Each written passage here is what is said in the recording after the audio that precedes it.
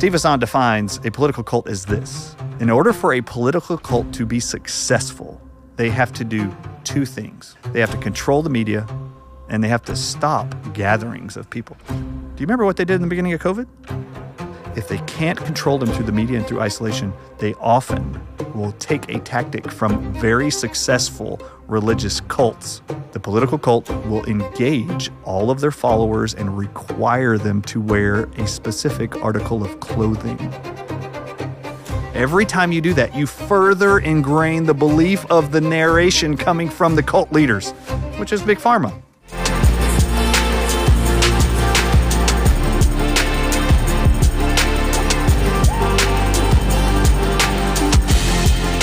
Guys, I'm with Dr. Ardis, and he's just such a wealth of knowledge when it comes to health, and you're just being used in so many ways to help so many people. But apart from all of that, you have a testimony, and I want to talk about it.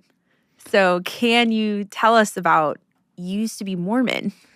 I did, actually. This is a topic that's only been hinted at a few times at different conferences where I've been speaking, and you go off the side to do different media interviews. And as I've been red pilling it, as they call it, a lot of things taught to us healthcare-wise that we believe are absolute facts or truths. They are not most of the time. What is being projected by the media and by the pharmaceutical industry. As I've been red pilling people on stuff about health, lots of people want to know, well, what else have you been red-pilled on in your life? Like, when were you ever awakened to something that maybe you accepted as truth before, realized it wasn't? But I come from a long line of Mormons, multi-generational Mormons, who actually helped settle some of the areas of Utah. So this is how far back What? my ancestry goes in the Mormon church. So it's just generation after generation. All this started, I was actually raised in the Mormon church. They have this terminology in the Mormon church. You have Molly Mormons, or the girls that are perfect and follow all the rules. And then there's this term called Peter priesthoods. I've actually heard that. I would have been one of those Peter priesthoods, right? He did everything like he was supposed to. I did it all that I was told to do, following my dad's example, grandparents' example, all of it. And I have to say, I loved the community growing up in the Mormon church. I grew up actually in multiple states. I did not just grow up in Utah. I was born in Utah. I was only there a few weeks. And then my family was living in New Orleans, Georgia, South Carolina, all over the country.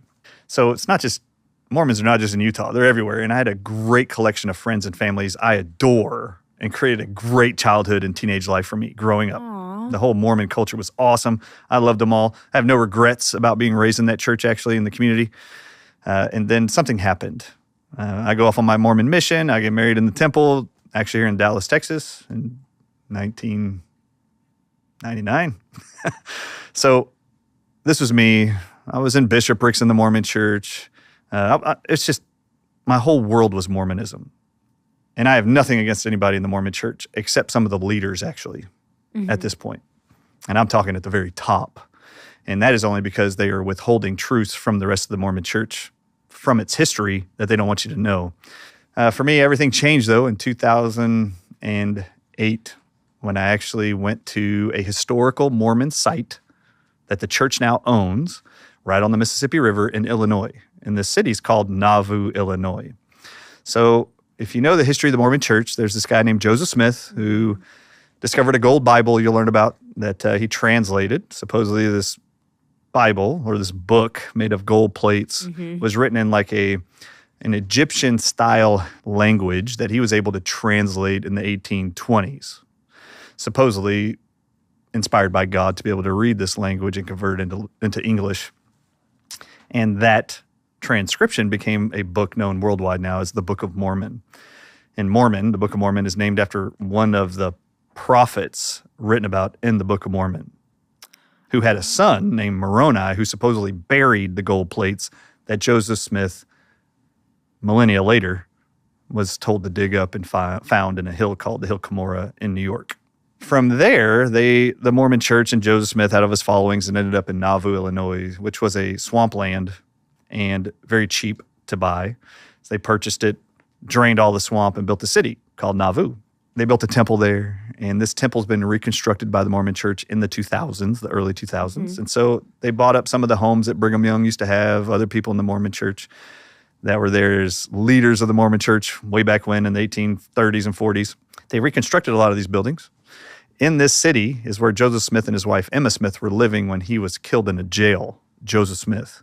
From Nauvoo, Illinois, is where Brigham Young took all the saints west and went to Utah. And you hear about that pioneering efforts traveling west and settling 3,000 cities from the border of Canada all the way to the Rio Grande River, now known as Idaho, Utah, and Arizona. I mean, they literally settled 3,000 cities, Brigham Young and all the Mormons did out there.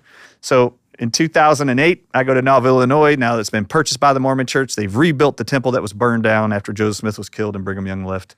And I decided I want to have a spiritual experience. For me, I wanted a personal spiritual experience.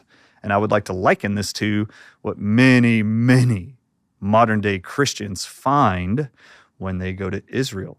And they want to go to Jerusalem, and they want to go see the hill of Golgotha. They want to go see the tomb. They go there expecting when they walk on the same land that Jesus walked on, that they're going to have a spiritual connection with their Savior. I was raised with a similar belief and look at Joseph Smith as this modern-day Moses, as he is called in the Mormon church and in their doctrines, as someone who was the final person on earth to bring the fullness of Jesus Christ's gospel to the earth through the Book of Mormon. You know how they say you probably shouldn't meet your heroes or your celebrities? You know, that pedestal might just come down when you realize they're just human.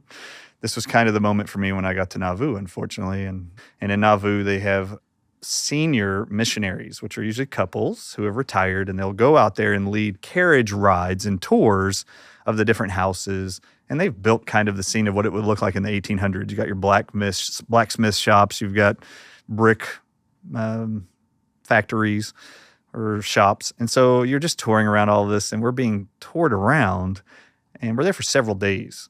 But on the second day, I've now listened to several tours we've taken with all my little kids and in-laws, and we're going around these carriage rides, and these seniors keep pointing to Joseph Smith and Emma's cabin over there on the shore of the Mississippi River. I mean, you can see it. It's only like half a block away. There it is over there. And then there's the mansion house right across the catty corner to the little cabin home that they built later after being there, which was built like a hotel to bring in new converts that were moving to Nauvoo and wanted to build homes. They had a place to stay until then. And I want to go take a tour of those two places. Could you imagine going to Israel as a Christian and not being allowed to go see Golgotha or the tomb once you got there? Okay, that would be weird, right? You traveled all that way and you wanted this one moment. Oh, no, you're not allowed to see it. So I'm there, and these seniors, they're taking us around all these other houses. Brigham Young's house. You've heard of the hunting company and gun company Browning. He was a Mormon. His home's there. They give you a tour of that. And I kept asking them, when are you going to take us over to Joseph Smith's house? I want to go see the cabin, and I want to go see the mansion house where they lived. And they told me on that second day, I'm sorry, but that's not a part of the tour. And I said, why is it not a part of the tour? And they said, because the Mormon church doesn't own them. And I said, so? Well, how do you go get a tour of them? Because it looks like they're available to go visit. Nobody's living in them, you can tell. And he said, actually, the church that does own those two properties, they do tours. They turned around and looked at me and said, but the Mormon church does not allow you to go over there. And they tell us to tell you not to go over there. And I'm like, That's so weird. What? I looked at them, looked at my whole family at the time. I said, there is no way I came to Nauvoo and I'm not going over there. It's like 50 steps away from me sometimes, these two houses. I was like, there's no way I'm not walking over there. And they're buried right in front of the cabin on the Mississippi River's bank. Why would I not go look at their gravesite? No. I said, well, what does it take to go do that? To go do that tour? And they said, it's $10 that you have to give to that other church at the time to take this tour. And I said, for $10, I can go have this moment for me that I thought was going to be this amazing spiritual experience. Couldn't believe it. That they told me no. That the church would tell us no. And everybody that goes there is told, no, you can't go there. You can't go over there because you're going to give $10 to that church. They say this. You're not supposed to give money to another church. You're supposed to give all of your tithes and offerings to the Mormon church. They do say this, by the way. In fact, you're asked every year, in order to keep your temple recommended to go to the church, do you affiliate with or support any organizations that are not the Mormon church? Oh, and you have to say yes or no in order to get that card. So $10 is challenging my entire belief in Mormonism, being raised in this thing, and my commitment and going on a mission and converting people and baptizing them into this church. You're going to tell me I can't go over there for $10. Well, I looked at my whole family and said, are you guys going to listen to them or are you going to go over there? And they all said, we're going to listen to the church and the leaders of the church. So they didn't go. As soon as we get back, I put my kids down for a nap and I went right out the door and started walking over there and went over there and did the tour. And there's a definite reason the church would never want you to go do that tour. Because when I went on this tour, unknowing to me, what I was about to learn literally shook the foundation of my entire testimony of the Mormon church. And for the next 5 years, I read every book about Joseph Smith Jr. and his wife Emma Smith and her life after he died. I read every single diary, journal written by people who personally knew Joseph Smith back in 1820, 30, 40s before he died in 1844. I wanted to know everything about that guy as a result of one experience in Joseph Smith's home in Nauvoo, Illinois. All it took was one thing said to me, and I was like, whoa, is that true?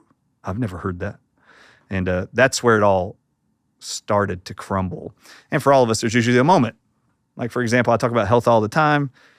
Well, how many millions of people around the world were convinced vaccines are safe and effective for you, and then you went and got a vaccine for you or your loved one, and then your child died within 48 hours of SIDS, dead in their crib, when 90% of those kids that die of SIDS, you find out through research papers, occurs within 48 hours of a vaccine. Mm-hmm. Then it shakes your reality. Mm-hmm. Or how about an FDA-approved drug and you take it and it causes you to have a seizure? How do you look at the FDA approval process now? Do you just trust all drugs now being approved or with a certificate that says the FDA approved it to be safe and effective for adults and humans? No, there's always something in life that shakes you. And I was shooken. What did they tell you? I walked into the mansion house. After going to the cabin first, I went to the cabin. It's just a one-room little cabin. In the 1800s, they're tiny. There's not multiple rooms. There's a little cabin. That was not really that impressive, but it was great to stand in this little building. And it was really cool to look down and see that this is possibly where Joseph Smith and Emma Smith are buried, right in the front steps. To me, that was cool to see. But I didn't really have a spiritual moment. And I didn't know what I was going to expect. It just didn't happen yet. But I was excited to then go over to the mansion house where they spent most of their life in Nauvoo. So we walk across the street and go into the mansion house, and there's this double staircase that goes up to a landing. And I love going into homes that have these dual staircases. I just love them. Yeah. I love them. I love it. I can say that outside of a plantation home or inside of a home or hotel, and I just think it's amazing. Dual staircases going up to a balcony, amazing. And that's exactly how the mansion house is built. We walk in the front door, and there's this young little 20-year-old something tour guide who says to the group of like 7 of us, and I'm the only member of the Mormon church based in Utah who was in this group. I was the only one. And I'm standing there, and this tour guide goes, I'd like to welcome you into the mansion house. This is the infamous stairwell that you all know about. And I looked at the group, and everybody's like, oh, yeah. Oh, this is where it happened. Oh. And I'm like, what are y'all talking about? What do you mean infamous? You mean famous? This is exactly what I said. And this young little tour guide looks at me and goes, oh, no, not famous, infamous. And I said, oh, what makes it infamous? And this girl looks at me and says, oh, you must not be Mormon. Not a joke. Oh, you must not be Mormon. And I said, wait, what do you mean? Not Mormon. I am as Mormon as they come, I think. And she goes, oh, sorry, what church do you belong to? And I said, the Church of Jesus Christ of Latter-day Saints, the Mormon church. And she goes, oh, okay. So you aren't a real Mormon. And I went like this, what do you mean I'm not a real Mormon? Wait, what church are you a part of? And at the time, it was called the Reorganized Church of Jesus Christ of Latter-day Saints. And they also called themselves Mormons. Okay, but they considered the Salt Lake Mormons not their true Mormons. That's okay. That has nothing to do with the story. All I'm doing is listening to these people. They're challenging me on whether or not I'm a Mormon or they're Mormon. The other 6 people in this little tour group were members of that other church, and they also call themselves Mormons. I'm learning all kinds of stuff here, right? So I said, okay, well, if I'm not a real Mormon, tell me what the real Mormon church in Salt Lake City that I consider the real Mormon church, what have they not told me? Because the young tour guide looks at me and goes, oh, well, if you're from the Salt Lake City Mormon church, they have flat out lied to you your whole life. So you wouldn't know about this stairwell. And I was like, what? So the girl looks at the group of 6 adults, all older than me, and goes, would any of you like to tell them what makes the stairwell famous? I mean, they all know the story. And I was like, I don't know. And of course, people can make up stories. I got that. I just listened. I said, so what makes the stairwell famous? And they said, then they informed me of a story I've never heard in my whole life, and I have studied Mormon history my whole life. This senior lady looks at me and goes, oh, honey, the Mormon church would never tell you the truth about this house. So, up on the second story, first floor, first door, second door on the right above Emma and Joseph Smith's bedroom, which is downstairs. Emma's home one day all by herself. Joseph is gone somewhere. And there's a young lady living upstairs who is vomiting profusely. She can hear her puking up there. So Emma, being the kind host of her home, having this convert from Canada in this house, who's like 19 or 20 years old, she goes up there to check on this girl who's puking and throwing up and says to her, I didn't know you were sick. She goes, oh, I'm not sick. I'm pregnant. And Emma says, you can't be pregnant. You're not married. You came here single. How can you be pregnant? You don't have a husband. In the Mormon church, it's very much a very powerful thing. You do not have sex before marriage. This has been laid out forever. So she's like, there's no way that you're pregnant. And she goes, I am pregnant. Well, who's the father? Emma Smith asks. And this girl says, it's your husband, Joseph. I'm one of his spiritual wives. And Emma had not heard that term. And she then tells him, oh, I'm not his only spiritual wife. There's multiple of us here in Nauvoo who have been told by Joseph Smith, your husband, that we have been chosen by God to be a spiritual wife of his.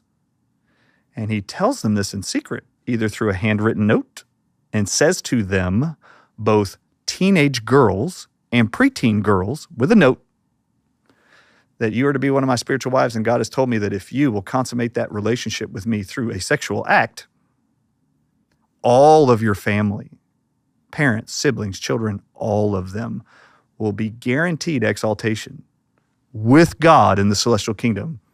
The Mormon church lays out that there's 3 degrees of heaven, celestial, terrestrial, telestial, and the top one is the only place God lives. So Joseph Smith was telling all these young people and married women in secret that if you don't tell your husband and don't tell my wife, you just need to know, not everybody understands the ways of God. God's told me you're to be one of my spiritual wives. You just have to consummate. We have to get married in secret. We'll have to have sexual relations in secret to consummate it. If you do that and don't tell anybody, God will promise your entire family exaltation. So I'm listening to this story. Emma Smith learning about this scenario now that Joseph Smith has this secret conspiracy of women and girls out there that he's having sexual relations with, covering it up and calling it spiritual wifery or whiffery.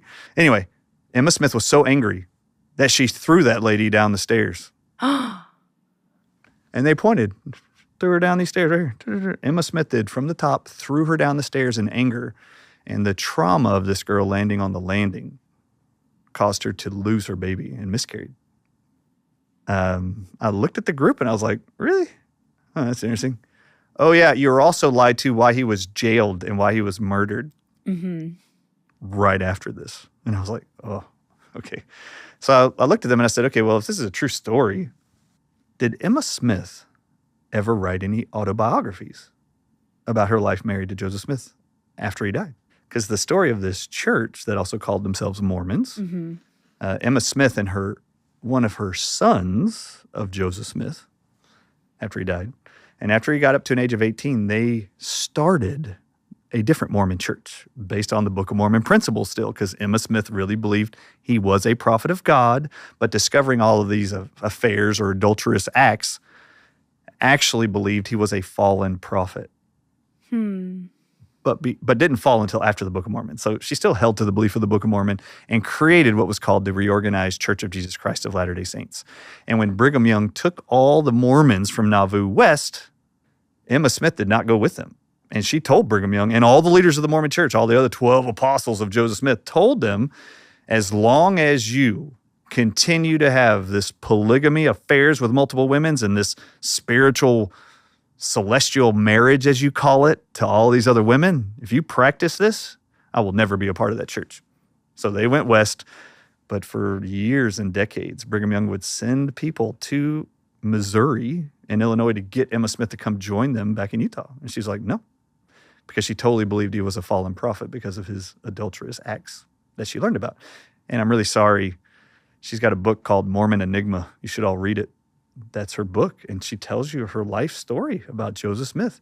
It's not that she didn't trust Joseph Smith her whole life. It was she believed that the ego of becoming a leader of hundreds of thousands of people following him in this religion, that had gotten to him in this power trip of, I can have any woman I want.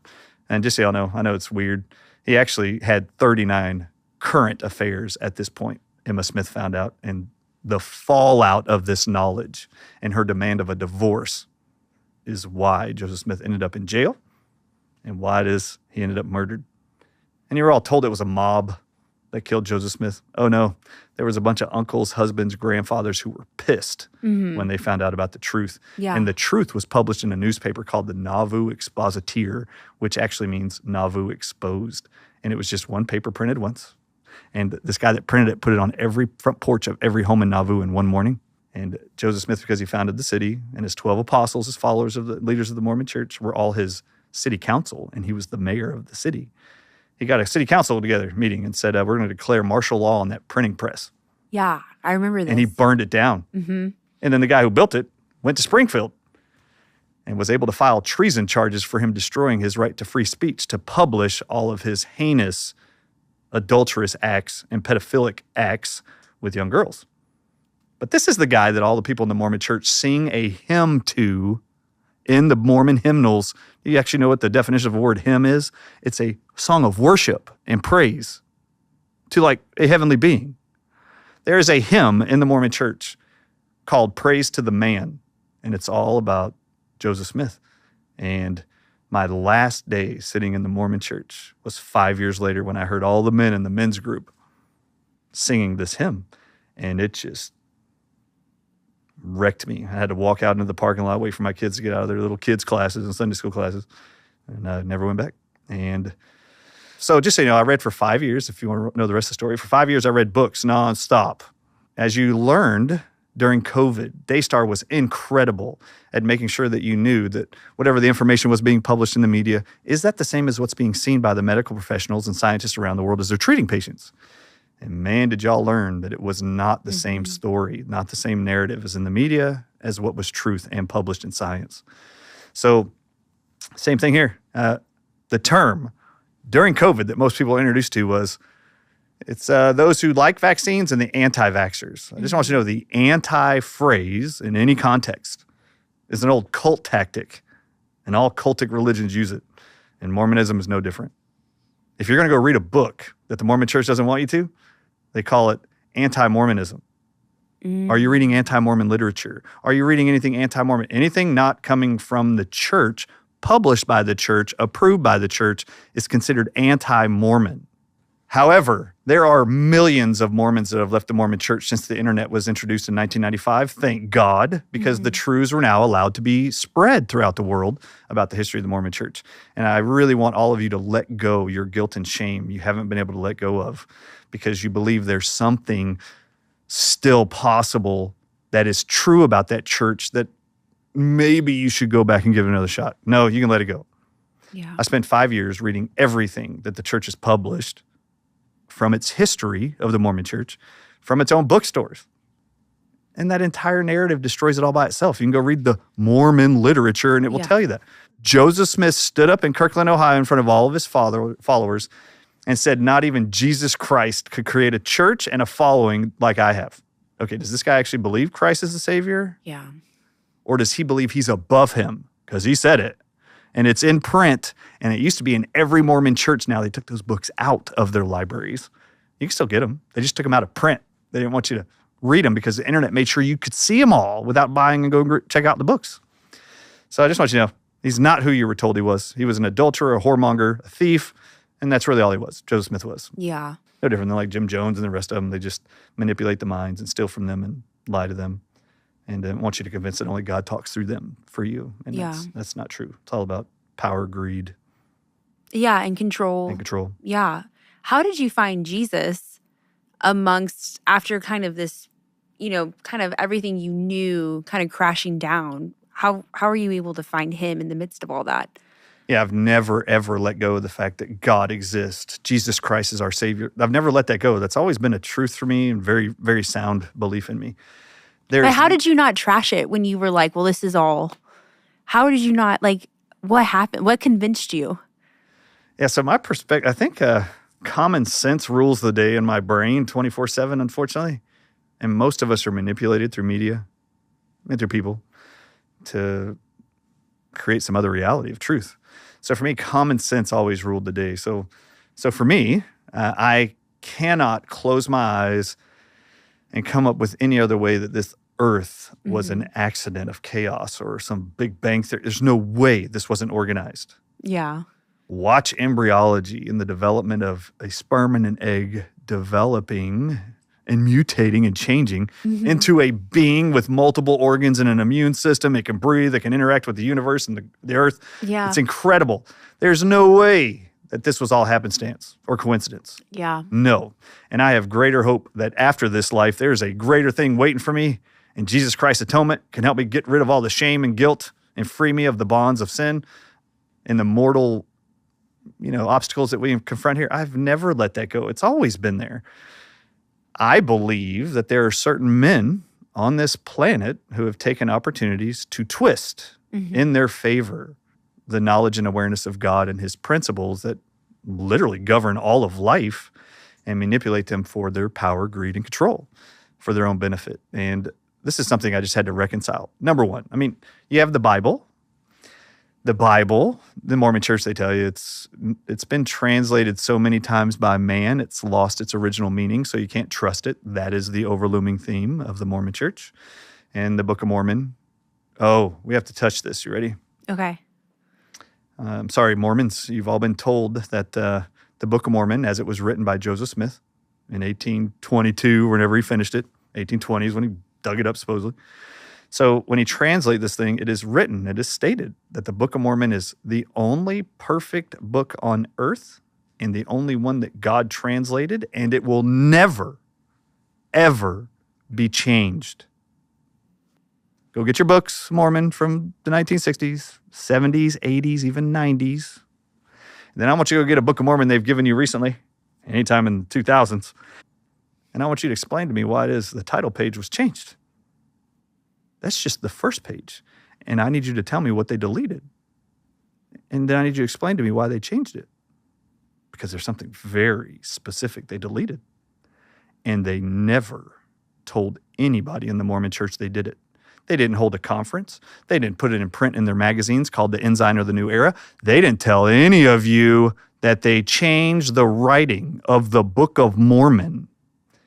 And I'm really sorry. The COVID-19 narrative, the reason why it was so successful is it's really a medical mafia, but the pharmaceutical industry and the medical industry operates like a cult.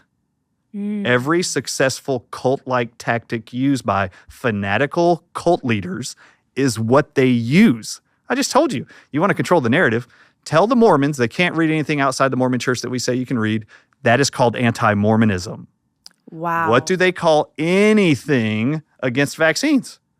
You're an anti-vaxxer. Okay, Yeah. This is cult tactics Wow. to make sure you don't go look. I just want y'all to know, when I say to you that vaccines are being used to create chronic illness and disease in children, and there's poisons in every one of those vaccines published by the CDC, and I can show you their documents and show you every ingredient inside of there. Like, for example, did you know one of the flu vaccines, the first ingredient listed by the CDC is Medine-Darby canine kidney cells? You're going to hear your medical doctor tell you and your loved ones tell you, you have to get a flu shot every year Yeah. from the time you're 6 months old.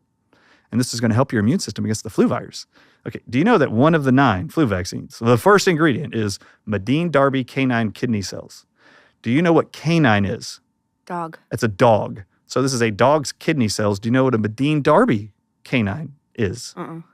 That breed is called a Cocker Spaniel. Go look it up. When I say you probably shouldn't be injecting these shots inside of you that have foreign DNA from other animals and have thimerosal mercury, a known neurotoxin, published on the CDC's document. Did you know there's one of the 9 that has barium in it? Do you know that's a radioactive toxin known to cause cancer and death? And it was used to make the atom bomb? What? Okay, why is that in your flu vaccines? Okay, I'm really sorry, but to tell you that anything I'm telling you, Dr. Ardis is an anti-vaxxer, is just to keep you from looking. I can look you in the face, any of you in the medical cult who believe it all, and I can go, look, It is dangerous. It has toxic poisons in it. They all have formaldehyde in them. Formaldehyde's a known carcinogen. It doesn't belong in a living tissue. Why would you inject that into babies? And how do you think that's going to help them beat the flu? And, why are there antibiotics in all of them? Antibiotics treat bacteria. I thought the flu was a virus. Why are they loaded with antibiotics? Okay. The CDC actually publishes right now that no one being diagnosed with a virus should ever be treated with antibiotics because it could do more harm than good. Well, okay. Why in the flu season are you injecting everybody with antibiotics? I didn't know they had antibiotics in them. It's weird. It's called neomycin, kanamycin, and polymyxin. So go look them up. There's still mercury in them? Yes. I thought, because some people are like, oh, they took that out. So they didn't take it out. Nope. So that's a heavy toxic metal. Yeah. I'm sorry, but the anti-vax narrative doesn't work if you just go read and go do your research. So I just want you to know the narrative is to keep you from looking at the truth so that you just follow our belief system. Just believe us. We are the leaders sitting up in the Mormon church in our suits and ties. We are the representatives of Christ. This is what they tell you. Sitting up here, listen to us, follow us. And then you got your white coats. This is no different. These are two cults. And yes, it is a cult. I'm really sorry. If you look up the definition of a cult, look up religion, look up religious cult definition. It is what Mormonism is. It's not the only one. It's just one. Wait, give the definition. So if you go look up the book, Freedom of Mind by Steve Hassan, look up page 4. There's only 4 types of cults. Religious cults, a therapeutic cult, a political cult. Oh, wow. And a commercial cult. Those are the 4. And you go diving into what those are. The political cult definition, by the way, perfectly defines everything related to COVID-19. The religious cult is everything you're going to see in Mormonism. It's all a control. It's all to control you is all their narrative. So for some reason, they would lie to you and keep this information out and change it right underneath your nose and knowing you're never going to look or even question it. So I had a lot of questions, and I had a whole lot of books from the Mormon bookstore. And when I decided I was going to leave the Mormon church, I actually went and met with my bishop. I'd actually told him to kick me out of the church. And then he called Salt Lake and asked them if he could kick me out. And they said, no, your job is to keep him in. So he called me and asked me if I'd come in. And I said, sure, I'll come in. So I came into his office, and then he wanted to meet with me. And I said, great, I'd like to meet with you. In fact, can we just do this every Tuesday night for a year? And for an entire year, this incredible human being invited me into his office for hours, from 7 to 9 every Tuesday night. And I would actually bring in one book from the Mormon bookstore after another, diary, journal from people who personally knew Joseph Smith. And I would ask him, do you know this? Do you know this? Do you know this? Do you know this? Do you know this is published by the church? Do you know this is in our history books of the Mormon church? And he'd go, no, I don't know any of this stuff. And I go, great. By the time I come back next Tuesday, you're supposed to find out why it is I'm supposed to reconcile still being okay with this Mormon church and believing Joseph Smith is a prophet of God with this new knowledge you have. So please go call Salt Lake and figure it out. For 52 weeks straight. And every week I heard the same thing every week from the heads of Salt Lake. Tell Brother Ardis that we don't know all the ways of God. He's just going to have to wait till judgment when he meets him one day, and he can ask him those questions. You just need to have faith that Joseph Smith is a prophet of God, Book of Mormon is true, and this is the only true church on the earth. And I said, that will never be an answer I'm going to be okay with, ever. Because everything Joseph Smith was doing, everything he was guilty of, everything he was doing, they shame and guilt every Mormon member that they can't ever do any of this stuff. But you have to look at this guy as if he's some prophet of God. Wow. So I have a hard time with that. So, and in order to get into heaven, of course, you've got to pay 10% of your income for the rest of your life to be able to go into a temple. And I'm okay with tithes and offerings. I totally love that. Yeah. So giving back is always wonderful. And but the idea that you have to do that.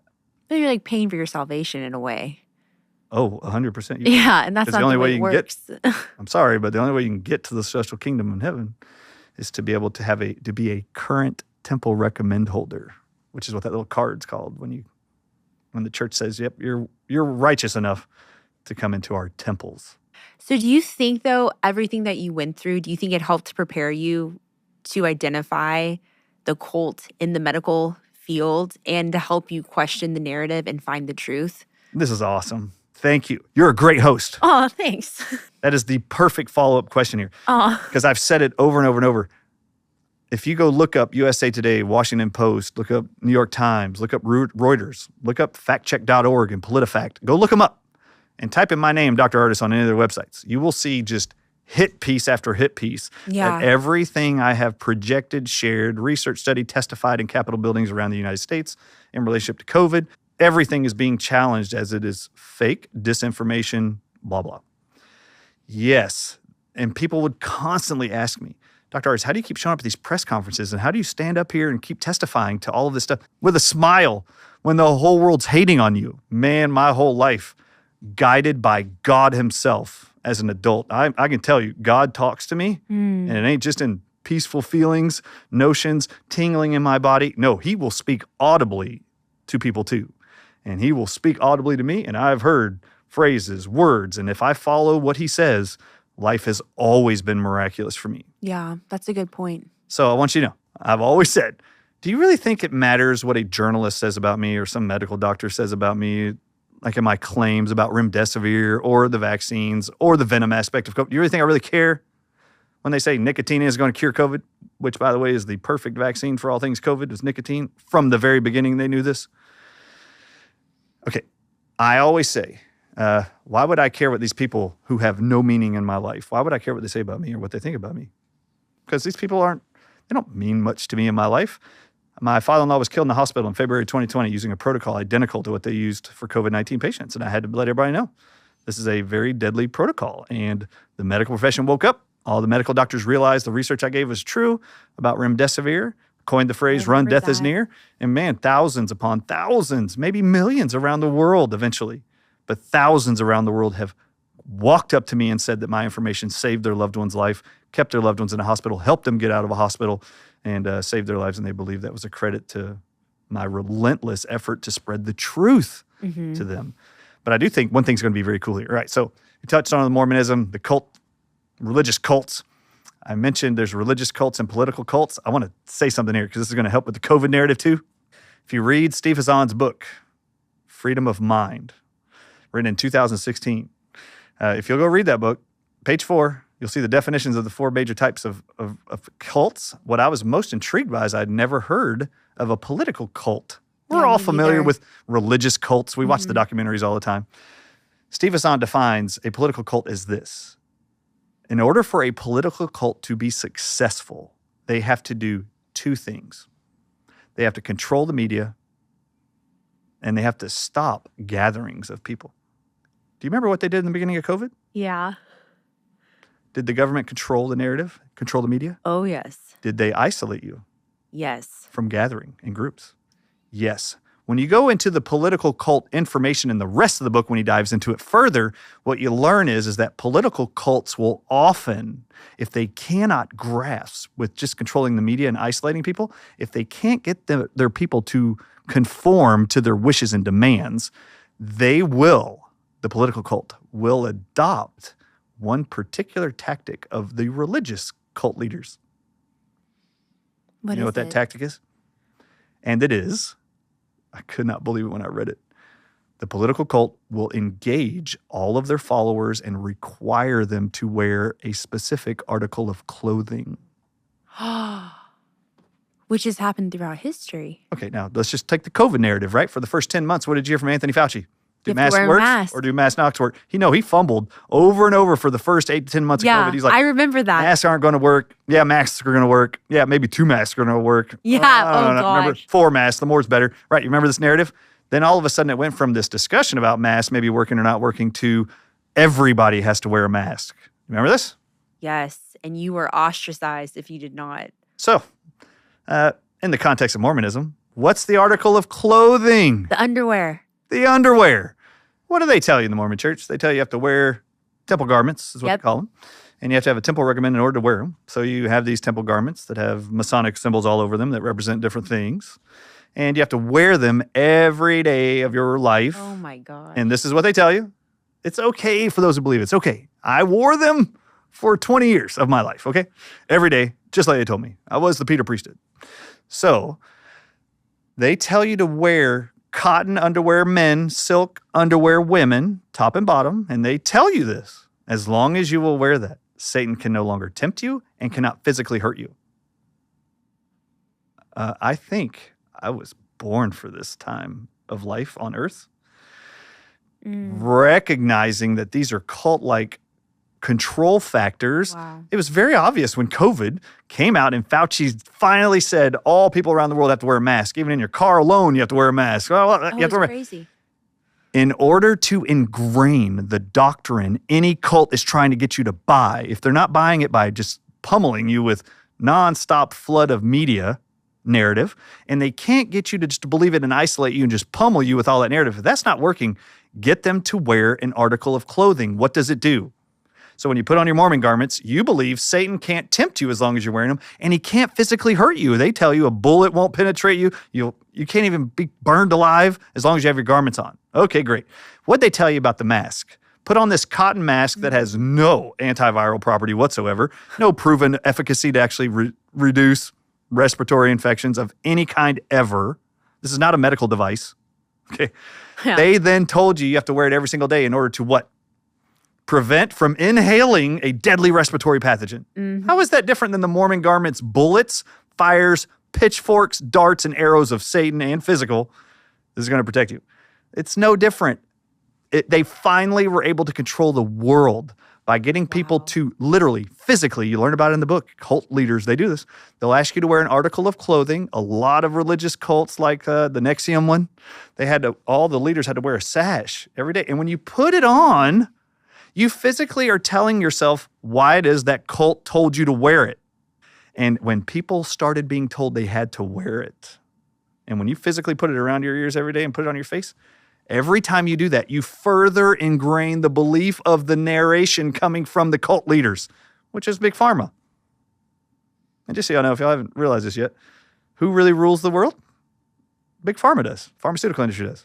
They do control the world. In fact, I would like you to take some context here.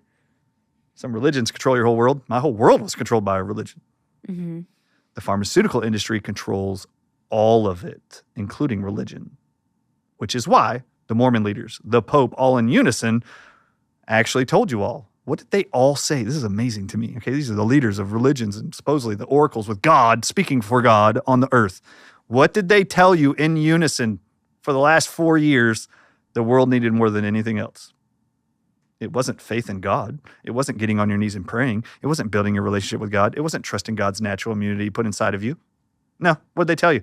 The Pope, Mormon church leaders, everyone needs to get a COVID-19 vaccine. The Pope himself said, right now, the world needs only 2 things, vaccines and defunding our militaries around the world and loosening our borders. Okay, really? I want to ask you something. If Jesus' return and second coming was during COVID, do you believe he would have wore a mask? Do you believe he would have said, bring me all the children to me except the unvaccinated ones? Do you think he would have ever? No. He was not afraid. He was around lepers. Do you think he would have went to the Home Depot parking lot to get his COVID-19 vaccine? No. So he could travel to the other countries he was promising to come visit? No, he was just going to go where his father told him to. Right. So if you want to be more Christ-like, why don't you trust what Christ and God created in you, which is you and your immune system? I, Bryan Ardis, Dr. Ardis, have more faith in God's pharmacy called nature than you do. And if you believe that this perfect created baby in the womb of you or your loved one, and that baby comes out and you look at that perfect 5 fingers on each hand, 5 toes on each foot, and you're like, look at this miracle God made. You know what the first thing is that man and science and pharmaceutical industry tells you? Inject the baby. This beautiful baby designed and created by God that you believe is in the image of God, actually, supposedly you believe that. There's a man in a white coat or a woman in a white coat standing right next to you saying, we need to take this creation by God and we need to inject it with a hepatitis B vaccine. It's crazy. Because God forgot an immune system.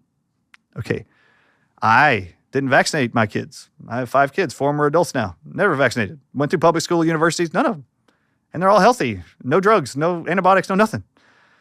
And they're completely healthy.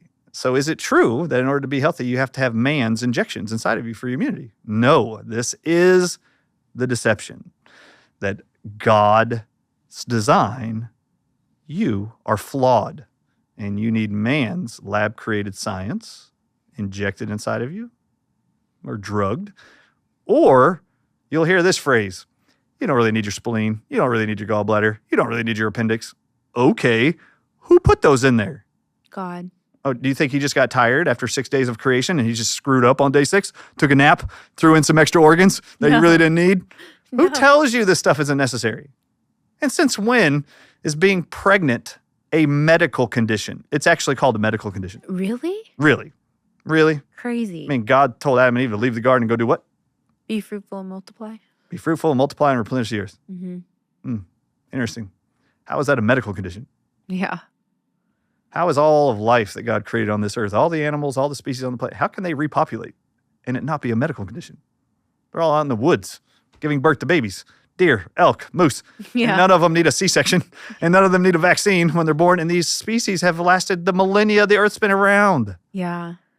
You are too. And just, when you read Revelations 18:23, pay attention. In the last days, what is written that will deceive all nations of the earth in the last days? Mm-hmm. You will read it now in the New English translations. You will all be deceived by witchcraft and sorcery. What's the original word they replaced for sorcery and witchcraft? Which is what you read in there now. Is it pharmakia? It's pharmakia. It's pharmakia in the Yes. Greek? Oh, no. So just so you know, Sorry, y'all. I'm just geeking out over here. you're living in the last days, man, and you should pay attention. Yeah, totally. In fact, if you want to shock your audiences right now, there's the medical cult. There's religious cults. I mean, there's all kinds of cults. All right. Our buddy, Dr. Richard Bartlett, sent this to me 3 years ago. And he goes, did you see this? I want you to show the graphic of Time Magazine, January 11th, 1999. Okay. And for all of you who think, God, if I just had a kid that would become a medical doctor, my life would be amazing and I could just brag about my kid being an MD, I want you to read the title of the cover of Time Magazine, January 11th, 1999, which is in last century. We're in the 2000s now, okay? It actually reads across the front, the future of medicine. So if you're wondering what your kids are going to get into or you wanting to be a medical professional, what you're getting into, Time Magazine laid it out for you. What is the future of medicine? And they have a subtitle to the title of what the future of medicine looks like. It's all right on the cover. And it reads this. And I'm quoting, how genetic engineering will change us in the next century. Okay, so I want you to sit with that for a minute. The future of medicine, pharmakia, the medical industry, they're telling you what their goals are. They literally wrote how genetic engineering will change us in the next century. Do you believe God's design, the human body, this temple of our soul and spirit, do you believe it needs to be changed and God screwed up in its design? Then why are we trusting science to change us? And if you look at the illustration, this is very important, by the way. If you look at the illustration behind the title, The Future of Medicine, it is just one double-stranded DNA God gave us. Yeah. Double-stranded DNA. And half of your DNA is changed into something else, not human. It is a double DNA strand, and half of the DNA helix is a serpent. It's a snake. No. Yes, and you should put it on the screen. All of you lovers of pharmakia and medicine, just know this is the goal of pharmakia. In fact, I believe since the Garden of Eden, Yeah, I was going to say that. when God said to the serpent, Lucifer, you may be able to bruise the seed of the woman's heel, but they will be able to crush thy head. I believe the seed of the serpent has literally been the efforts of pharmakia forever, is to how do we intermingle the seed of Satan into the seed of man? Yep. Which is exactly what was forbidden in the Garden of Eden. And I believe man, science, and medicine has constantly been trying to figure out how to alter God's creation. It doesn't need changing. It's perfect. If you believe God's all-knowing, all-power, and omniscient, why are you trusting a profession to change us? Why do you need to be changed? Science wants you to believe they have figured out the human body and they can design it better than God did. That should be appalling to all Protestants around the world. Yeah. All of you should be angry at that. And all of you should be going like this, I think I should back away from these people. Mm-hmm. Okay, so what's the technology, do you know, that they are actually illustrating What's in it? this DNA being half serpent, half human. What's it called? I know the name, but it's like escaped me. It's called CRISPR technology. Yes. So CRISPR technology now, the governments of the whole world and pharmaceutical industries have been pumping in billions of dollars of research. And you know what they say? We can ultimately delete certain genes out of your DNA that your parents gave you at conception. We're going to delete certain genes that cause you to be at higher risk for developing breast cancer, cardiovascular disease, diabetes. We're going to delete those genes, and we're going to put in a different gene in its place. CRISPR is what it's abbreviated, CRSPR. CRSPR is CRISPR. All right, so Hollanday Roche is the Roche company, owns the patent on that technology. CRSP, I need you to look up what CRSP is in science. CRSP stands for cysteine, cysteine, rich secretory proteins, secreted proteins. Look up what a CRISP is, and you should be appalled. CRISPs are universally found in snakes' venom. Really? Yeah, they're actually wanting to delete human DNA genes and insert serpent reptile genes in its place. And then they're going to promise you the human being is greater than it was the way God designed it. That's your future of medicine. Transhumanism. So, when I say I have more faith in God's pharmacy and nature than you do, if you're vaccinating your kids when they're born, you obviously believe God failed at producing an immune system to defend itself. And I have a big problem with that. So, are we out of time, or can I tell you a story? No, you can tell us a story. Can I say one thing? Sure. I just have to add on to your point, because you said on that cover of Time magazine, there was how the snake is trying to basically infiltrate the human DNA. That has been the spiritual battle for the last thousands of years, because when God prophesied that and said to Eve that from your seed would come the Messiah and he will crush the head of the serpent, the devil began to wage a war on our DNA. Amen. And if you research that, there's a whole thing there. That's where all the whole Nephilim, all of that comes from. That was where the mixing of the sons of God with the daughters of man. That's in the Bible. And then How did God feel about genetic engineering and the mixing of these species? He brought a flood and then he wiped out all of the Nephilim that way. And then the ones that were left behind, he raised up a nation of people, Israel, to take them out. And we see that with King David and others like that. And all that being said, there's an incredible book by Michael Heiser. It's called Reversing Herman. And he talks about how Jesus came to undo the curse that the Watchers put on the earth. And just how the devil came to mix with our DNA and to taint us. God came, incarnation. He joined with our human DNA to basically save us. Amen. So there's a whole spiritual component there. I had to say, like, it's all interconnected, and that's why it makes so much sense. But there's so many innocent people in the cult who don't see the spiritual component. They don't see the connections because they've been lied to and brainwashed their whole lives. In fact, every aspect of medicine, you stay on that point, every aspect of medicine, every industry of medicine, if you see an ambulance, what's the logo on the side of the ambulance? That snake around that pole. What is the symbol of the American Medical Association? Is that snake again? A serpent around the pole. Yeah, I never caught that. I was like, what is this? What is the World Health Organization's logo? It's the whole earth with a target over it and a serpent on top of it. So and symbols matter. And symbols matter. And if you go on the World Health Organization's website right now, they actually have a frequently asked questions section, and it says, where did the logo come from? You should read the paragraph. It actually states that the serpent around the staff is a symbol of the cult of Asclepius, which is a Greek god. Oh, I think I've researched this. And it actually reads, this symbol represents the cult of Asclepius and stems from him because he led a cult, I'm quoting, their cult worshipped snakes. It's on the World Health Organization website. All right, great. Okay. That's number one. Number two, now can I tell my story real quick here? Yes, I wanted to hear it. So my second kid is born. My first kid was vaccinated for the first 10 months because I didn't know any better. Yeah. Then I learned about vaccines studying the CDC's documents. He has never been vaccinated ever since. He's 24 years old. Since I had 4 kids, none of them have ever been vaccinated. They're all very healthy. But my second boy, Braden, is born in a hospital in Dallas, Texas. And at this point, I wasn't going to vaccinate my kids anymore. And I had more faith in God's creation, and science didn't have to do anything to it. I thought it was perfect. So my son's born. Nurse comes walking in the room as they're cleaning up the baby and says, I need you to sign this paper. And I said, what's that paper? And she said, it's a form that allows us to vaccinate your kid. And I said, no, I need you to give me the form that says, I don't allow you to. And she looks at me. Now, this is in 2003. She looks at me and she goes, wait, you're not going to vaccinate your kid? And I said, no, I'm not. And I need the form that says, I'm not letting you do that. So there's an exemption form somewhere. She had a little clipboard, those boxed gray clipboards that have a whole bunch of forms and pens and stuff in it.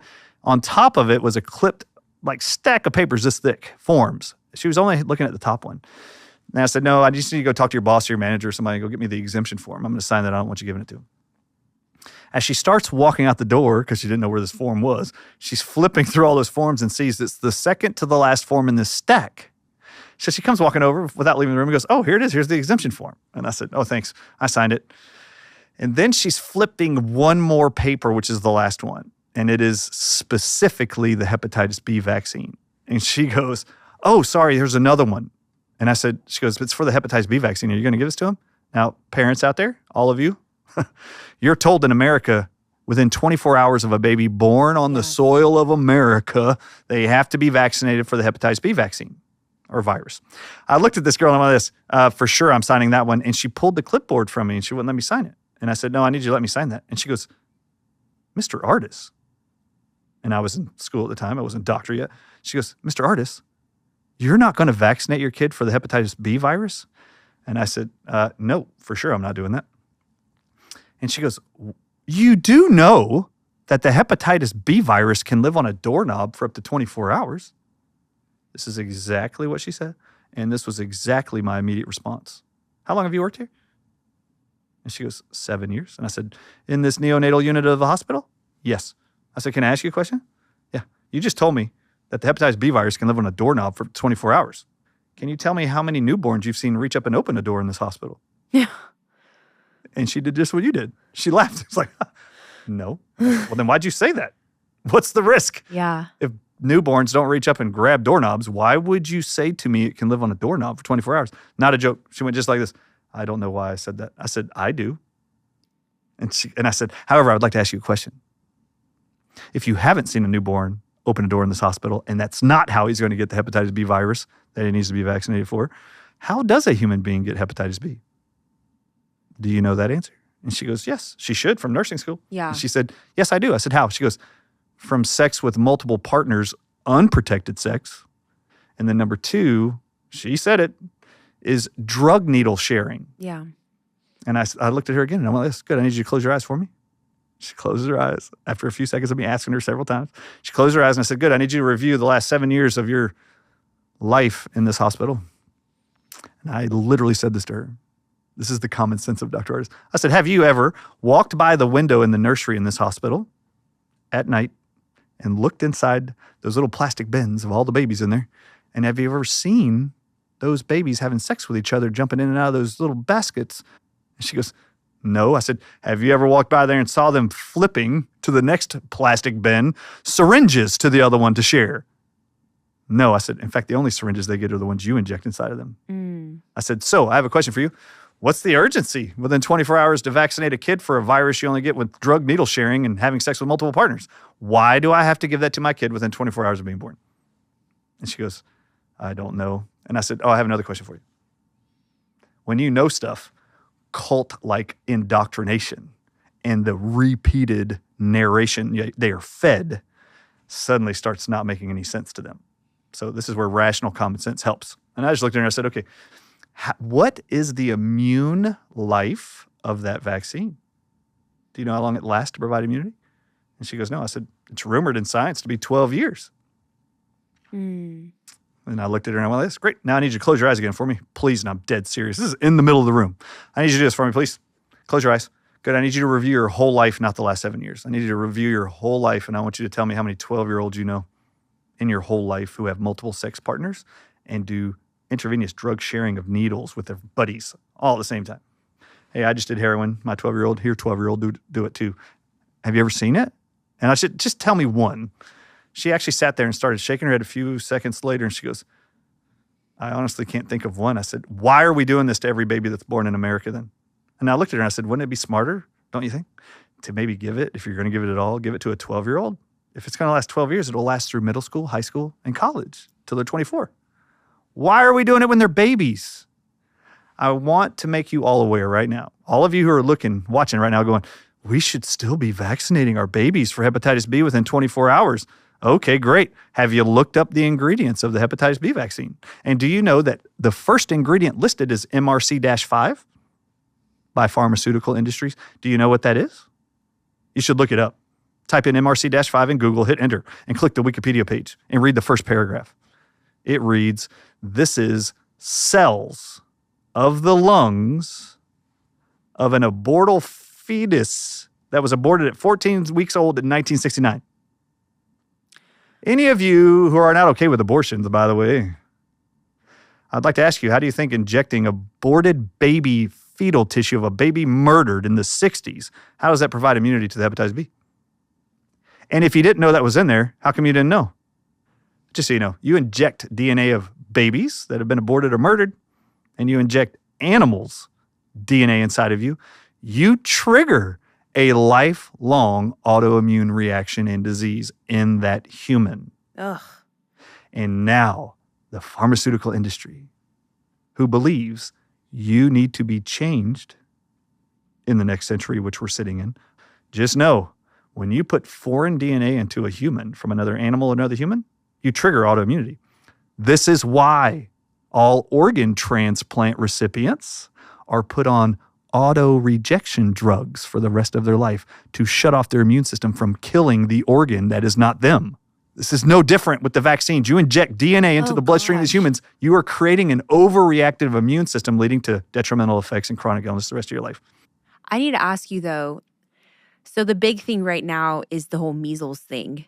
What would you say to that? Because everyone's deathly afraid of measles, and what happens is people who are anti-vaxxers get looked down on because we're basically demonized, saying that we're causing everyone to get sick. So what would your response to that be? Yeah, great question. Okay, so first, measles is not a deadly infection. It's not going to kill the majority of all people that get measles. My own wife had measles as a kid, survived that, and she's incredible. So that's one thing. So in the past, it was common for everyone to get, because I know there's an episode of the Brady Bunch where they had a measles party where they all, because they wanted to get immunity. So just like the chicken pox parties when we were kids. Yeah. So what happened? All right, so vaccines happened. They still have to sell you a narrative that vaccines are your best option for health and immunity. Like God didn't design the human body well enough to defend itself against the measles. This is going to be fun. You ready? Mm-hmm. So RFK Jr., the chairman now of the HHS, Secretary for the Human Health and Human Services, did a couple press releases and interviews of the families of individuals who lost children recently in Texas to the measles. Just remember, they died in hospitals. Just like every COVID-19 patient. They all died in hospitals. So what are they doing there? And what medications do they use in there? They all have side effects. Who knows?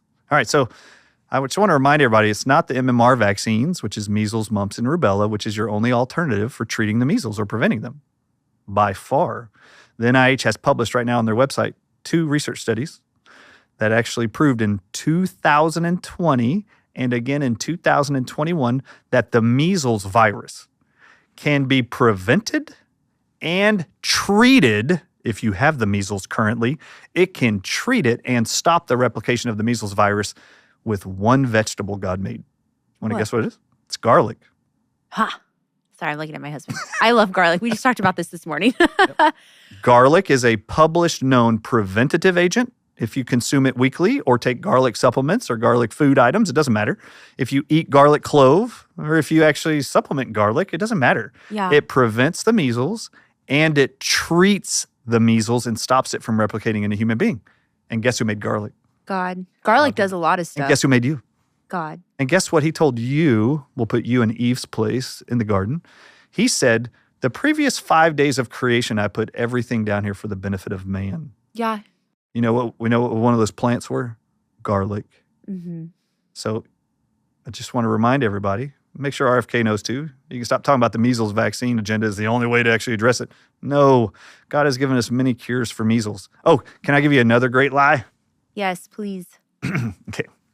You were actually told all around the world that viruses, specific viruses like the HPV virus, human papilloma virus, which all kids in America get Gardasil for, vaccines in middle school. That one's really bad. Yes, it's horrible. In fact, you should read the label. It says kids can get HPV virus from our vaccine. Okay, they tell you that virus causes cancer in the future. Crazy. And we're vaccinating you for it, but it can give it to you. Okay, that sounds smart. So anyway, I just want you to know HPV virus, hepatitis C virus, hepatitis B virus, they all say these cause specific cancers. Epstein-Barr virus linked to Burkitt's lymphoma and Hodgkin's lymphoma. They all say these viruses cause cancer. You're also told there's seasonal viruses, influenza virus, common cold virus. All common cold seasons are caused by what they call coronaviruses. Those are common cold viruses. All right, so do you know what language, like you mentioned Greek when I said pharmakia earlier about the book of Revelations. Do you know what language the pharmaceutical industry and the medical industry is beholding to that no other industry does? In fact, every anatomy in your body is in this language that you've learned. Every pharmaceutical is based in this language. Every diagnosis is based in this language. And it's not English. Is it Latin? It is Latin. Very good. Great job. All right, so Latin is the language that the medical industry and the pharmaceutical industry holds itself to. And there's a reason why they do it. This is to deceive all of you, by the way. It's very easy to deceive you. So if they use words that you don't use in English every day, and they say their words in Latin to you, they look like some superior being with a knowledge that you don't have. But the truth is, for example, I'll just give you one example. The Latin word for joint is arthra, A-R-T-H-A, arthra, A-R-T-H-A.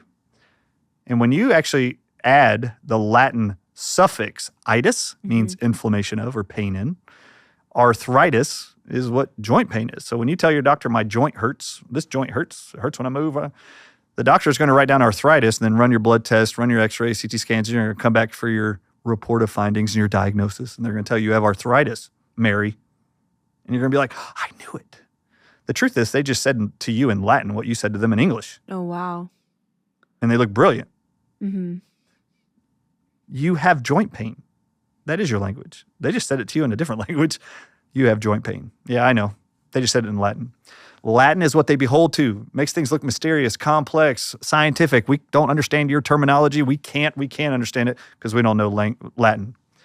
Did you know the word virus has historically, it is only a Latin word. Did you know that the Latin word virus, which all of you were just told about the COVID-19 virus, affected the whole world? The flu viruses, measles virus, you're hearing about all these. Do you know that viruses in Latin has only one definition? What is it? Poison, comma, especially of snake's venom. Really? 4 centuries now of Latin dictionaries tell you the word virus has only one definition. It's a poison or venom. And if it doesn't read poison, comma, especially of snake's venom, it reads poison, comma, venom. And that's it. When you look at the English to Latin side of the dictionaries, because they're divided, Latin to English, English to Latin, half the dictionary is Latin to English, half of it's dictionary to English to Latin. When you look up the word venom, which is an English word and is not a Latin word, the English word venom for 4 centuries now only translates to one Latin word. Would you like to guess what it is? Is it virus? It is virus. If a virus is a poison, Yeah. particularly a venom, and the English word venom literally translates to only one word in Latin for 400 years now, meaning venom, I'd like to ask you, how is it possible then that there are actually viral seasons every year? How can there be a flu virus season every year? Why is that? I mean, because if it's truly a poison or a venom, then you actually should write it in English. Influenza, poison, comma, venom season. Then my question for you is, how do they create these seasons if viruses are poisons or venoms? You inject them into people? What do they encourage every flu season starting in August in America and wherever else it's fall around the world? To get your flu shot. It's time to get your flu shot. And I just told you just a few ingredients in all of the 9 flu vaccines. And most of them are known chemicals or poisons. A viral season is just a poison venom season. And what's amazing is, this may shock you, COVID-19's spike proteins were identified by DNA labs around 5 different countries. When they ran the spike proteins of COVID, they were identified to be the venoms of 20 different snakes, 16 different venomous creatures in the ocean. Wait, what? Yeah. Oh, and if you look up the rabies virus, did you know the rabies virus has a spike protein on it called RGP, abbreviated by science? And in every research study where they tell you what this spike protein of rabies is that causes dogs to be so infectious and bats to be so dangerous to humans. Yeah. Did you know they publish in Science that the spike protein of rabies, these are the exact words, are identical to snake venom proteins? Sorry, did you know that HIV's glycoprotein 120 is published by Medical Science? I'm quoting from their research studies, and I've showed the world nonstop that the HIV glycoprotein 120 is identical, and the word in science is homologous to snake venom proteins. How does snake venom end up on HIV virus? Yeah. How did snake venom end up on rabies virus? How did snake venom wrap itself around a bat virus they called COVID-19?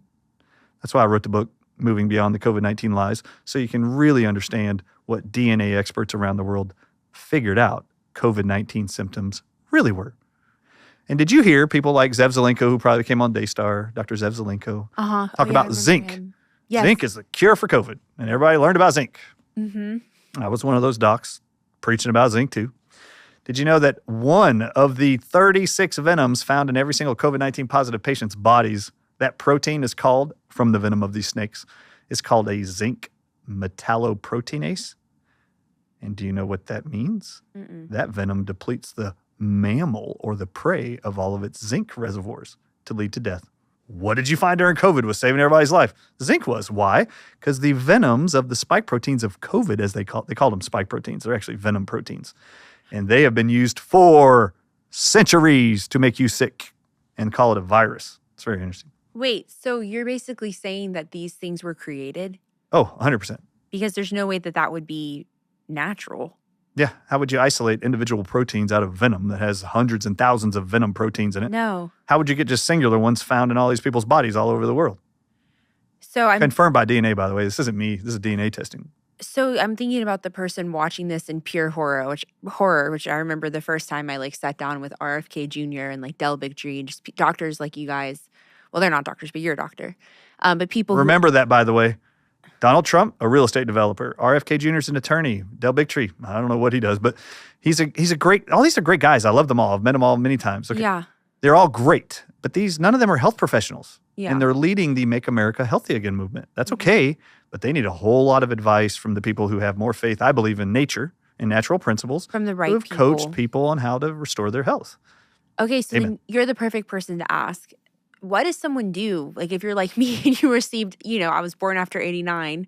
So that's when they started upping up all the vaccines. They started giving, I was one of the Hep B babies. Sure. My mom didn't know. She was mortified later on.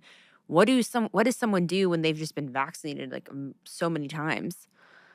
How do you heal? Yeah, this is a great question. All right. So unfortunately, it is very true. Once you look at all the ingredients in the vaccine schedule for all kids and adults from now the time it's they're even born. more. When I was vaccinated before 1986, I was born in 1976. But by the age of 10, I'd only gotten 8 shots. That was the normal for my whole childhood. That was normal. Now it's 72 shots before the age of 18. So I'm so concerned for the future generations, honestly. So please remember, God made you perfectly. Why do you keep injecting it with stuff thinking God did not give you an immune system? I don't understand how so many people fall for this. It is a huge, massive propaganda machine. Yeah. To create, it's called the Hegelian dialect. Create the problem, sell the solution. They are creating illnesses through poisoning our air, water, artificial processed foods and sweeteners and all this crap in their food. They're literally poisoning your food supply, air, water supply. They are. And then drugs, and they're vaccinating you with poisons and abortal fetal tissue and dogs' kidney cells that don't belong in your body. Yeah. Why would you ever think this was going to help your immune system? God made it perfectly. Okay, let's just answer this for everybody here, okay? Do you know when the immune system of a baby can make its own antibodies to protect it against infections it will encounter in life? Do you know what age a baby is when its nervous system, the brain and spinal cord that oversees your immune system, when is it fully developed to be able to make its own antibodies? Is it 6 months? It's 3 years old. 3 years old? Okay. This should be a problem for everybody watching this, by the way. What do they tell you? You should vaccinate your kid with all these vaccines before the age of 2 so that their body makes antibodies to fight an infection. Really? The nervous system of a baby can't even do that until it's 3 years old fully. Why do we vaccinate anybody before the age of 3? So it's a total scam. It's ridiculous. Yeah. Where does the human baby that God designed get its antibodies from to defend itself in the first 2 years of life? The mom, right? The mom. You want to talk about a perfectly designed setup? God created the woman and infused inside of it an immune system that by the time it's in its 20s or 30s or 40s or 50s, whenever you decide to get pregnant, your body knows how to develop antibodies against bacteria, parasites, poisons, fungi. It knows how to do that. And then, beautifully, God made it to where who typically is supposed to feed that baby? Where does it get its food supply from? The mom. The mom. That's how God designed you, by the way. God didn't design Similac. No. God designed breast milk in the mom of all mammals to feed its offspring, all of them in life. Notice no deer or elk or moose or elephants go looking for formula for their children. They have the food inside of them the way God designed them. Do you know why this is so amazing? The breast milk itself, because the mom and the baby are so intertwined and it has to feed off of you 24/7. Yeah.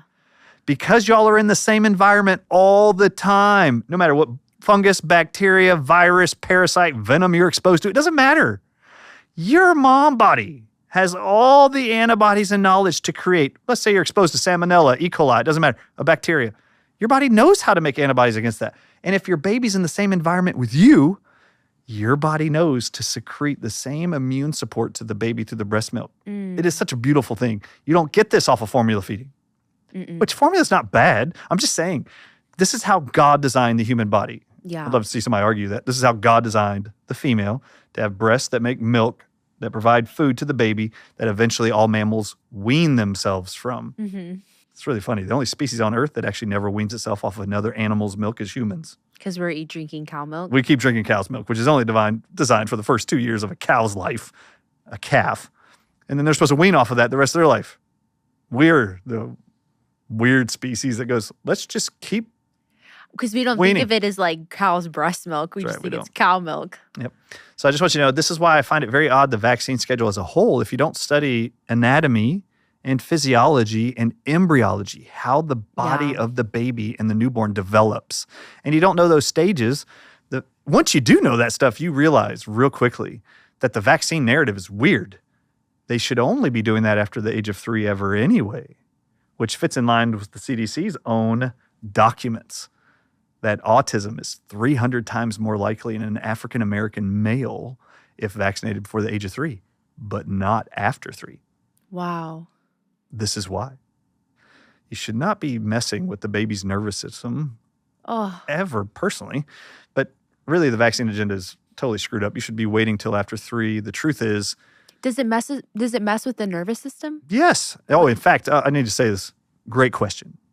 What did God, in his design of you, what did he put around your brain and your spinal cord to protect the nervous system that controls the function of the human body he designed? Fluid? Well, it is floating in fluid, but that fluid's being held inside by some container. What's the container? The spinal cord? The spinal cord's, okay, so. Oh God, I'm not doing good at my test. You're doing great. You're doing great. So what is the container? Oh, so the container. So you got the brain. Yeah. Which controls every part of your body, everything you do. And then you got the spinal cord. Yeah. And around all of that, it's floating inside of something called cerebral spinal fluid, CSF. And you've heard of a spinal tap. Yes. That means they go in and take a sample of your spinal fluid called cerebral spinal fluid. That is all held in place by the most dense protective tissue God designed in the human body. The toughest tissue in your body is not bone. It's not ligaments. Really? Nope. It's actually the blood-brain barrier. Really? Which is this container all around the brain and around your spinal cord that holds that fluid and everything inside of it. That is the most protective, most dense tissue in the human body is the blood-brain barrier. God designed it that way to protect the brain and the nervous system because it controls the whole body.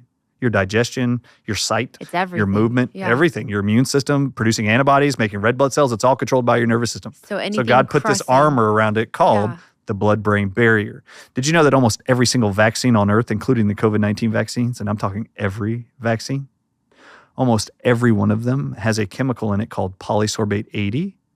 And if it's not polysorbate 80, it's another type of polysorbate called polyethylene glycol. They're all polysorbate chemicals. Do you know what polysorbates are in vaccines for? And they publish, this is why it's in there, to punch holes in your blood-brain barrier, What?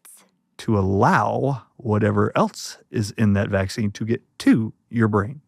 No. Formaldehyde, thimerosal, aluminum, which they say are going to produce an immune response. No. Aluminum, thimerosal, which is mercury and still in some of the vaccines. Formaldehyde, these are all known poisons to the nervous system. Ask your doctor if polysorbate 80 is right for you. It's also in all your cosmetics. Do you want to know why? It helps get the stuff through your blood-brain barrier and through the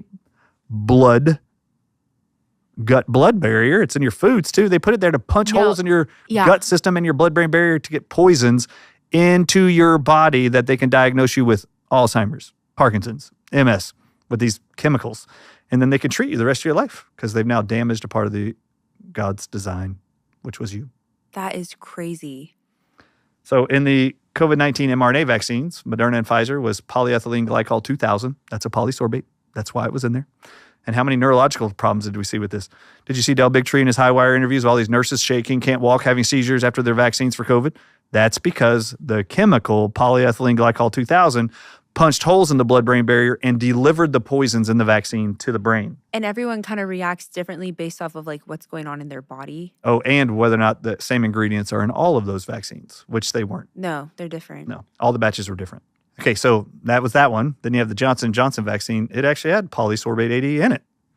And did you know that polysorbate 80, I should have to say this, it is published by Medical Science that if you inject that into a human or they consume it in food, it's in a lot of ice creams, by the way. They use it as a softener to make ice cream creamy. So polysorbate 80 is in a lot of the stuff. Polysorbate 80, it is published, causes weakening of the structures of the spine of a vertebrate, including humans. No. Do you know what that turns into? Have you ever heard of scoliosis? Yeah. Well, that's an example of a spinal column degenerative disease, and that is published by the scientists that study polysorbate 80 in humans. They know this is what it does. It destroys your nervous system and your spinal column. How could that be a benefit? If the nervous system gets hurt, does that cause like trauma to the nervous system? Absolutely. So you're literally, you will be traumatizing your baby. Amen. That's crazy. Yeah, I think it's crazy. This is why I decided as a kid or as a young adult and a young parent, I wasn't going to vaccinate my kids anymore. And I was just going to study God's nature and his pharmacy, which is vitamins, minerals, plants, water, air. Homeopathy. I love homeopathy. I use nature. Yeah. I trust nature. Herbs. I trust nature that God created more than I do medicine and what man created. But honestly, even in my own personal experience, it's so effective. It's more effective and it brings you results versus dependency on a drug. Very, very true. Oh, for example, here's another one, right? Okay. So have you heard about GLP-1 hormones? Yes. GLP-1 drugs? Yes. Can you name one? Ozempic. And its sister drug, Wegovy, made by the same company, Novo Nordisk in Denmark. This company in 5 years has made $2.21 trillion on Ozempic and Wegovy. Yeah, it's been huge. And America buys 90% of it. Because we're the most overweight. Okay. Do you know there's no GLP-1 hormone in those drugs, but they call them GLP-1 drugs? What's in it? Oh, this is marketing. This is propaganda. Everybody's convinced these are GLP-1 drugs and that inside of it must just be GLP-1 hormone. No, there's no GLP-1 anything in Ozempic or Wegovy. But you have to go read the research studies of how they developed it to know what they put in it. They put inside of it just one substance. It's called Exendin-4, EXENDIN-4. Remember, pharmakia. In the last days, Revelations 18:23, all nations of the earth will be deceived by pharmakia. You're all being deceived. But thank God there's some people that know how to read English. I'm one of them. So I just love reading. And I think they're totally trying to deceive us almost 24/7. So I decided to go look it up 3 years ago. What is this stuff, Ozempic and Wegovy? It's made up of a protein called Exendin-4. Exendin-4 is isolated from the venom of a lizard that lives in the southwestern United States deserts called the Gila monster lizard. What? And you're injecting that inside of you. What? And they've been studying this venom protein since 1956. I have a medical textbook called Venoms from 1956 where they started trying to isolate venom proteins from the Gila monster lizard to see what it would do in the human body. And they found that it will paralyze the vagal nerve. It'll paralyze the stomach sphincter that empties food into your intestines that you're eating at lunch and breakfast. And you won't be hungry for hours because the food's just sitting there in your stomach because it's not going into your intestines to be broken down and turned into fecal matter and nutrients to absorb from your intestines into your bloodstream. So, Exendin-4 is a neurotoxic venom from a lizard, and you're all injecting inside of you, and this drug, Ozempic and Wegovy, is being promoted as a weight loss drug and a diabetes drug, and the FDA just approved Wegovy, which is the exact same substance, for heart disease for all Medicare-age patients, and it's covered by Medicare. All right, Exendin-4 is a venom protein, and they have found and published that when you inject that into a human being, it will circulate into your bloodstream, obviously, because they just injected it inside of there, or you did yourself. You know, you self-inject Ozempic and Wegovy once a week for the rest of your life. It's a lifelong prescription, like a high blood pressure drug. So you're injecting, all of you, once a week, Exendin-4 Gila monster venom protein into your body, and they know that venom protein will circulate throughout your arteries and your intestines, and it will touch what are called L cells. And when it touches L cells, which is what they're abbreviated, it releases GLP-1 hormone in the body of a human. Do you know what else this Exendin-4 is published to do? Did you know that Gila monster venom, published by the Smithsonian Institute last year, they were interviewed. They wanted to know how toxic is Gila monster venom. Not a joke. They actually said, it's published by CNN, that Gila monster venom is as toxic and deadly as a western diamondback rattlesnake's venom. And there are now millions of Americans injecting that venom inside of them every single day, being told it's a GLP-1 drug approved by the FDA. This is venom, people, and you're injecting it into your body. And Exendin-4, this venom protein of the Gila monster, is published by the FDA with a black box warning. Anybody injects themselves with this for 12 to 36 months, you are tripling your risk of developing thyroid cancer. Called medullary thyroid cancers, and there's multiple of them. But do you know what oncologists around the world are telling me as they've seen my presentations about what Ozempic really is? They all call me and come to my conferences, and they report to the audiences. We're not seeing thyroid cancers exploding in Ozempic users and Wegovy users.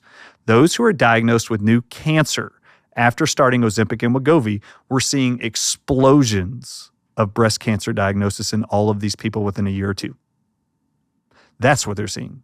But this venom protein is published to cause nerve growth factor and epidermal growth factor, which are two oncology terms, cancer terms, for the growth of tumors in the brain and in your organs. Oh my gosh. It's also published that 1 in 5 will develop diabetic retinopathy, meaning your retina will detach and you'll be permanently blind for the rest of your life while on Ozempic or Wegovy.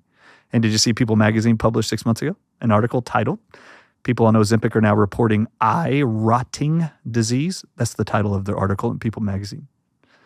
Venom destroys human tissue.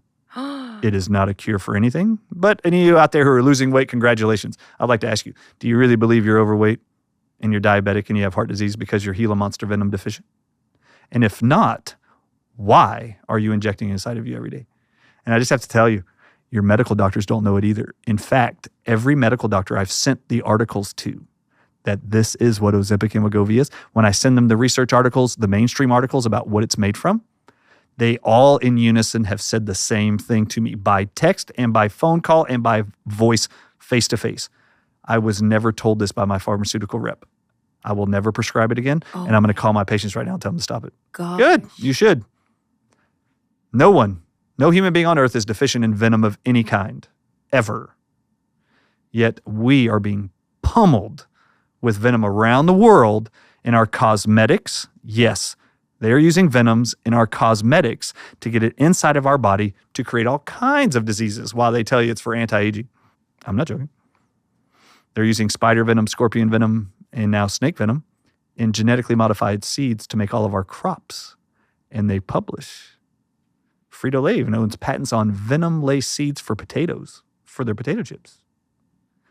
And I show the research studies on all of it.